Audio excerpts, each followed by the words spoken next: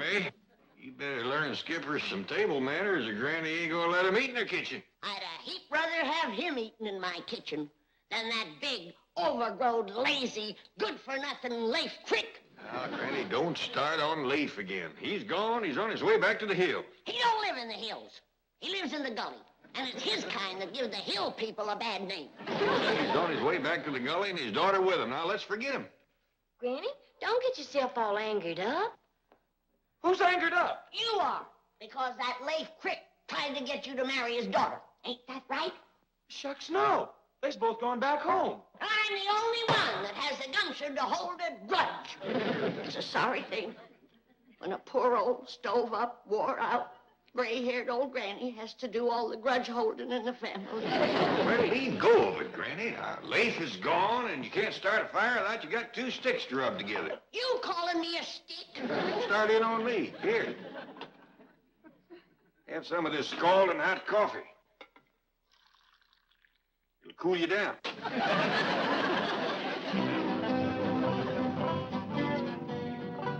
Here we are, Mr. Crick. Ma'am, I just don't know how to thank you.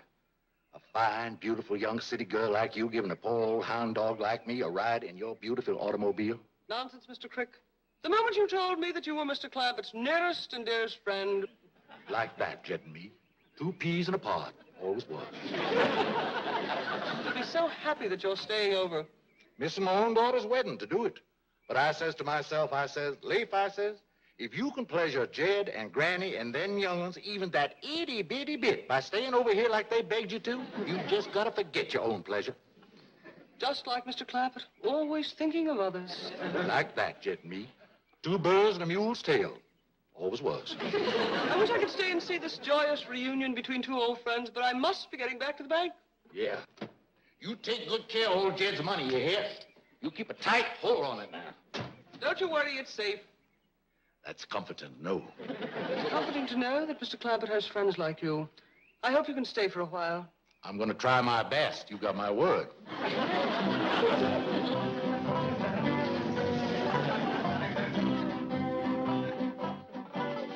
Skipper and me'll be back to help you with the dishes. Help me with the dishes, and that's what you get when you deal with those gully people. Lafe Crick, yes, himself. I'll tell you, I've seen some things. That's the way. I never won nasty trash. Jethro, I reckon we gotta let Granny blow off that head of steam she built up over Lafe Crick, or she's gonna be sputtering and hissing like that for weeks. I reckon it'd pleasure her a heap to cut loose and speak her mind. Granny, what do you think of Lafe Crick? Why, he is the laziest, no-account varmint that ever drawed a breath. Go, Granny, go. Why, the only hard work that he ever done was to turn over in bed. He can get up in the morning with nothing to do, and by nightfall, it's only half done. That's it, Granny. Me, nothing good. His woman does all the work over at their place, and the only time she ever got him out in the fields, she had to sharpen the stumps so he couldn't sit down. Hold the lid off, Granny. Let her fly. The only nickel he ever earned was when his pa paid him 2 bits to stay away from the house. Why, he would whitewash his own ma and rent her out to haunt houses. Why, he's so lazy, even his scarecrows have to sit in a chair. You talk about a liar. Why, that Lafe Crick, he wouldn't know the truth if he stepped on a bare foot. Go, Granny. He's like a catfish. All mouth, no brains. He's got whiskers like a catfish. Shifty-eyed, big feet. I don't want to talk about him no more. That's good, Granny. Them last two wasn't much anyway. I bet you feel a heap better, don't you? I feel wonderful. And I'm going to cook up a mess of the finest victuals that this family ever clamped their jaws on. Jethro and me has got some wood to cut out back. See you later, Gran.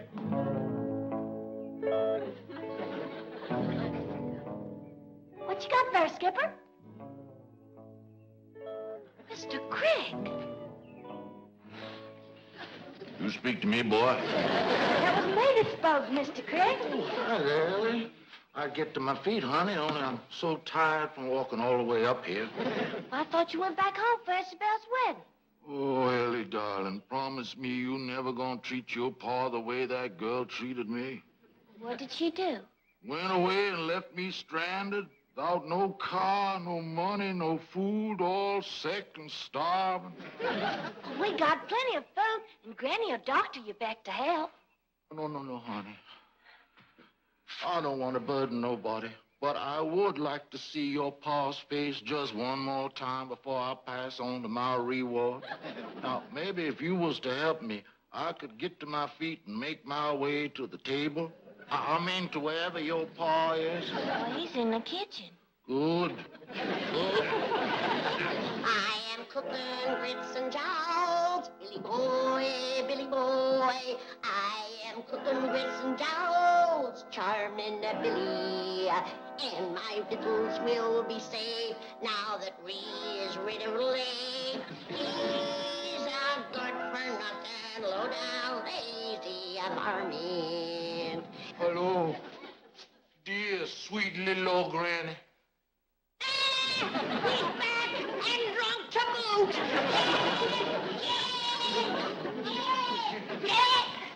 What's the matter, Granny? It's Lafe Crick. That good-for-nothing, low-down, lazy, victual-stealing, liquor-drinking, gully jumper. Granny, I thought you'd blow it off all that steam. I did, but he's back and I'm commencing to boil again. Lafe is back? Yes, but not for long. Give me that axe. Okay. Dear old friend, I didn't have it in mind to bother you none, but Elly May found me and forced me to come in and have some victuals to help me get my strength back. Well, you're always welcome at our table, Lafe. Oh, no. I ain't looking for no handout. Lafe Crick ain't one to be asking for charity. No, sirree. Lafe Crick wants to work for what he gets. I didn't know there was two Lafe Cricks. Well, ain't no call for you to work, Lafe, but if it'll make you feel any better, here's the axe. You can help Jethro yonder cut some wood. I'd be glad to. I'd be proud to do it, but I think first I'll change into my work clothes. I wouldn't want to get my Sunday go-to-meeting suit all mussed up. Give me that axe. Now, Granny, you leave Lafe be. I ain't after him, but if you're sending him out there to work, I'm going out there first and sharpen them stumps.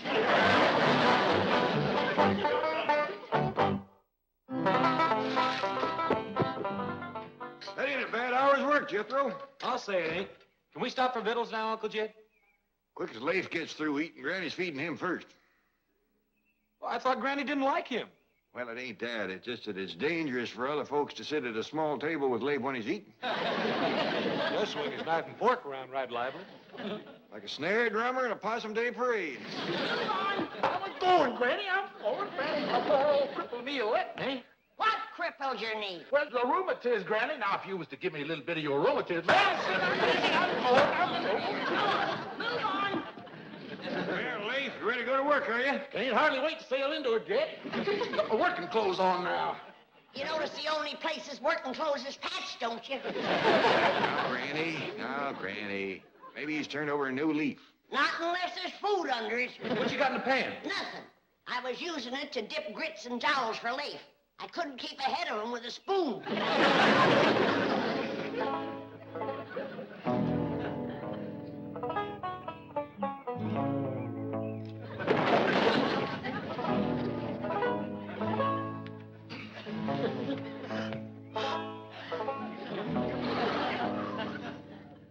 I can't believe it. I can't believe that one man could work like that. This one can. He's another Jed Clampett.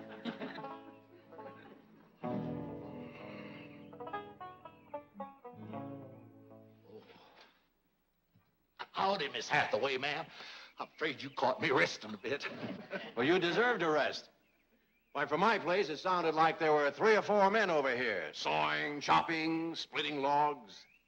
Well, that's just the way I work, sir. Oh, Mr. Crick, permit me to introduce Mr. Clampett's next-door neighbor and the president of our bank, Mr. Drysdale. Pleasure to meet you, Mr. Crick.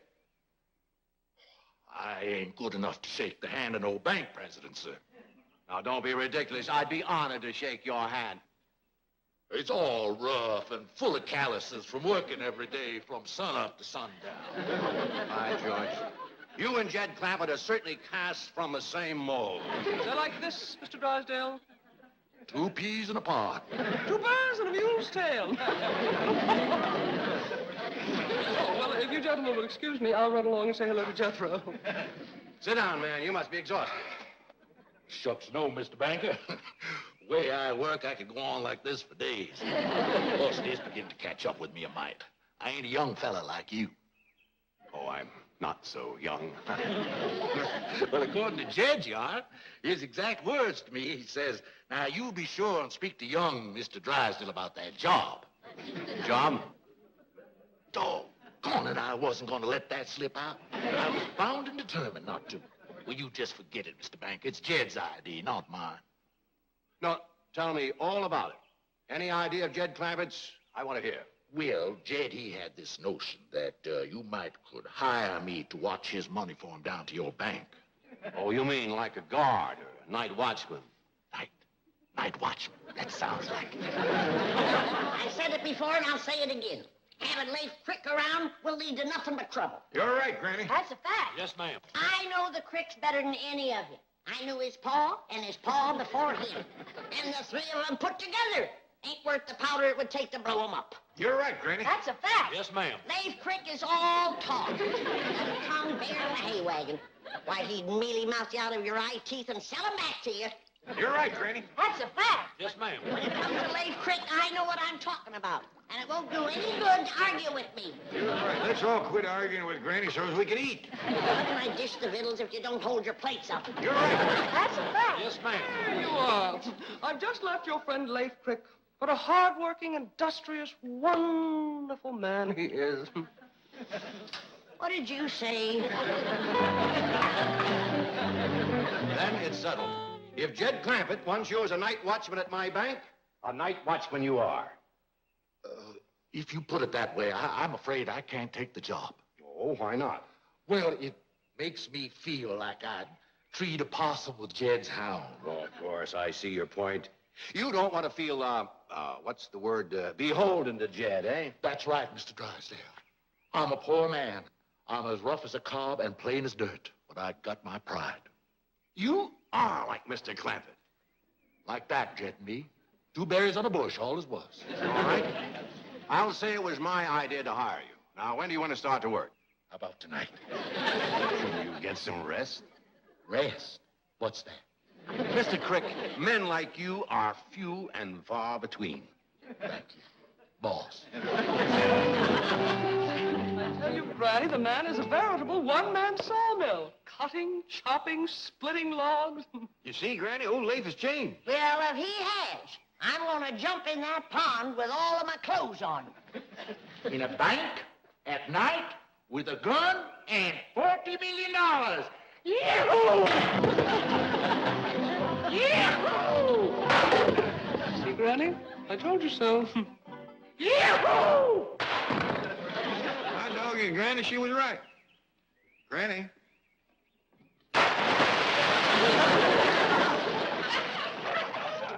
Granny always was a woman of her word.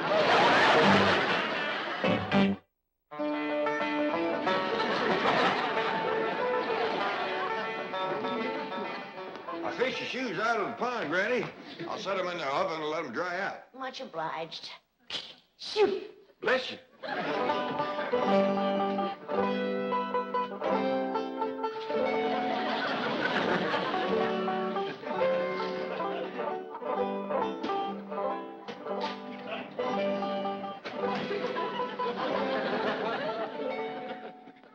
Want me to fetch you a jug of rheumatism medicine? Oh, never mind. I can't believe it.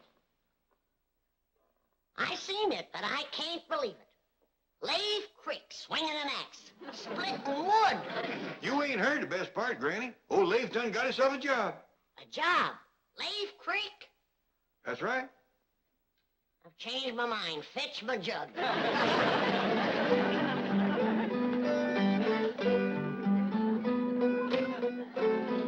Yes, sir. Old Lafe's going to work down to Mr. Drysdale's bank. The bank where you got your money? That's right. Jed, turning a rascal loose like that in a bank is like putting a hungry fox in a hen house. Give the man a chance, Granny. Maybe it's a good thing for Lafe to learn a trade. At least now folks will know what kind of work he's out of. Good. Want me to fetch your drink, Ethel? No. This calls for a cool head and warm feet. All ready to go, Mr. Crick. I sure do appreciate you carrying me to the bank, boy. Glad to do it. If I stayed here, I'd have to dig a hole under the alum tree for Granny. And that there's hard work. I mean, W-O-R-K. Granny told me never to say that word around you. Gets you to cussing. Jethro, you shouldn't do work like digging a hole. Fine, handsome boy like you. Shucks, it's no harder than cutting wood or plowing or clearing stumps. You ought to get yourself married, son. Then you wouldn't have to do woman's work. Yeah.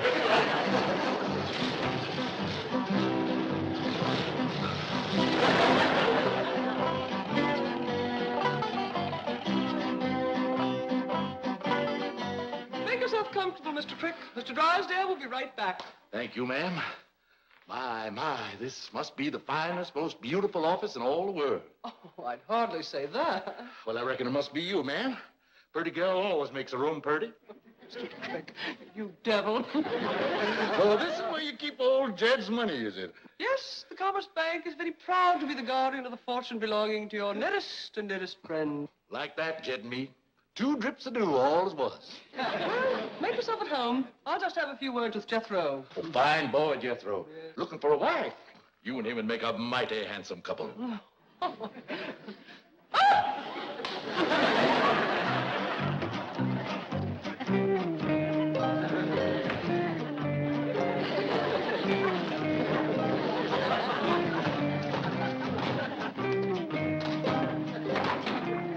Well, blue blazes, they keep Jed's money.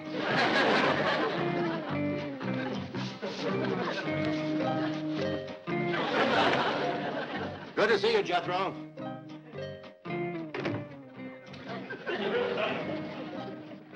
Mr. Crick, what are you doing? Giving thanks, Mr. Drysdale, sir. Just giving thanks for a fine, generous, upstanding young man like yourself letting a poor old razorback like me work in his fine bank looking after the money of his nearest and dearest friend. Wait, Crick. You're a good man. Jed Clampett is wealthy in more ways than one. He is? Yes. A friend like you is worth more than $1 million. Oh, I do hope to be, sir. I do hope to be. Where is that no-account, overgrown, big, lazy? Granny, I told you Lafe has got a job. I'm talking about Jethro. He promised to commence to dig me a root cellar. Well, Jethro is taking Lafe to work. I'm going to start the root cellar for you. One bad apple will spoil the barrel. You mark my words. That Lafe is going to turn those young'uns into a no-account like himself. Granny, Skipper and me's ready to help dig your root cellar. Ain't we, Skipper? Come on, Skip, let's go. Don't look like them two are spoiled, man. Give him time. Lafe ain't going to be around to do much spoiling. I bet you Mr. Drysdale's got him working to beat the band right now.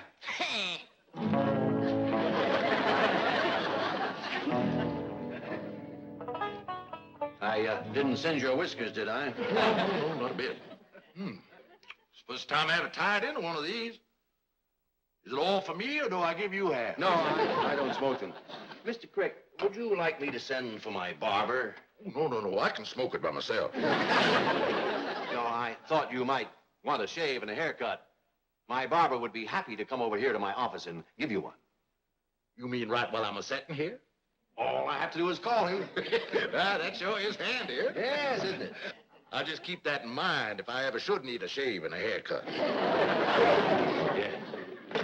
Well, right now, I'm anxious to get to work. That's the kind of a man I am. I'm not much of a one for sitting around. Good. What I have in mind for night watching old Jed's money is if you was to put it into some gunny sacks, I'd set on them sacks with my shotgun across my lap. Now, then you wouldn't have to worry at all. You could just go off someplace and sleep like a baby. Mr. Crick, I'm afraid you have a slight misconception about the way we guard our money here at the bank. In the first place, Mr. Clampett's fortune isn't actually here. It ain't. No, most of it ain't. Isn't. And the money we do keep here is locked in a massive steel vault which cannot possibly be opened at night. That kind of worries me, old Jed and me being like that. Well, you can stop worrying. And Mr. Clampett knows his money is perfectly safe, and he knows he can get all he wants anytime he wants it. And is all that, huh? He doesn't even have to leave his house. Well, my, that is handy. Oh, my, look at all that daylight out there. Why, I've got time to chop old Jed another cord of wood or two before sundown. You, sir, are the hardest working man I have ever seen. Habit of a lifetime, sir. Jethro, you out there? Oh, I'm sorry, Mr. Crick. Jethro thought you were staying here. He's gone home. Oh, well, it's only 5 or 6 miles to old Jed's place. I guess I'll just run it. Good for my rheumatiz. Oh, Mr. Crick, wait just a minute. Chief, may I drive him home? Of course. Fantastic man. A human dynamo. Yes, it was quite amusing. When the Clampetts first arrived, Granny insisted the entire fortune be changed into silver so it could be buried in the backyard. What did you say? Buried in the backyard? I sure do thank you. You've been a great help to me. I'll be seeing you. What a bundle of energy. It's a fine example for Jethro. There you are, Jethro. Now get out there and commence digging your granny's root cellar. But, Uncle Jed, Mr. Crick says I ain't supposed to do women's work. See what I told you? The bad apple is commencing to spoil the barrel. Jethro, you don't listen to what Mr. Crick tells you. You do what I tell you. Now get on out there. I'll join you in a minute with the shovel. Yes, sir. Here comes the wormy wine sap now. I'm gonna press my shotgun. Jethro, stop your granny. Yes, sir. But what you fixing to do, Jed? I was fixing to do a little digging out back yonder. Well, I'll do it for you. You could help if you're a mite. No, I want to do it all myself. I stopped her, Uncle Jed. Well, let's commence the digging under that big old elm out there. Doggone it, Jethro. I want to do all the digging around here. Lafe, the kind of digging that Granny wants done would take one man all night. Well, hard work never hurt nobody. I'll see you in the morning. It's a miracle. A plumb miracle.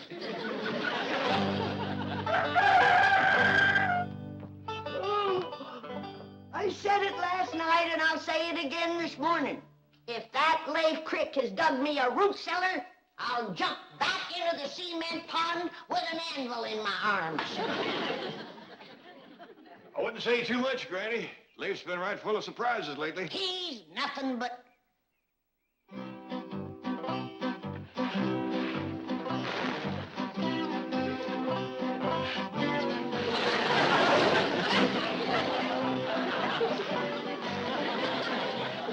Seen enough, Granny? Yep. Fetch the anvil. We ain't got an anvil. I was counting on that. Some coffee. That's deep enough, Lafe. Veer a little to the right. Thank you, Jed!